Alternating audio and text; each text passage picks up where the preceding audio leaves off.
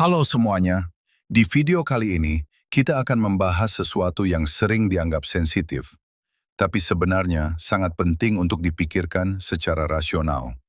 Apakah standar moral itu bersifat tetap, ataukah ia berkembang seiring waktu? Mari kita bahas dengan kepala dingin dan pikiran terbuka. Jika kita melihat sejarah manusia, satu hal yang jelas terlihat adalah bahwa standar moral dalam praktik sosial tidak pernah benar-benar stagnan.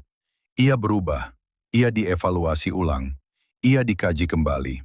Perubahan itu terjadi seiring berkembangnya pengetahuan, kondisi sosial, serta meningkatnya kesadaran manusia tentang hak, keadilan, dan kemanusiaan. Apa yang dulu dianggap wajar, hari ini bisa dianggap tidak etis. Dan apa yang dulu diterima tanpa pertanyaan, hari ini bisa diperdebatkan secara kritis.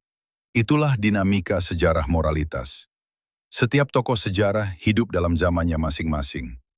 Nilai dan praktik sosial yang berlaku pada masa itu tentu dipengaruhi oleh budaya, struktur masyarakat, dan tingkat pengetahuan yang tersedia saat itu. Karena itu, muncul pertanyaan penting.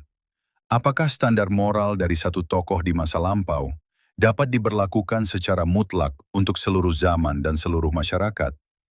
Dalam sejarah, terdapat praktik-praktik seperti menikahi perempuan yang usianya sangat muda, hubungan kekerabatan yang hari ini dipermasalahkan, maupun sistem poligami yang diterima luas di masa tertentu. Namun, pertanyaannya bukan sekedar apakah itu pernah terjadi, melainkan apakah praktik-praktik tersebut layak dijadikan standar moral universal untuk semua waktu dan semua tempat.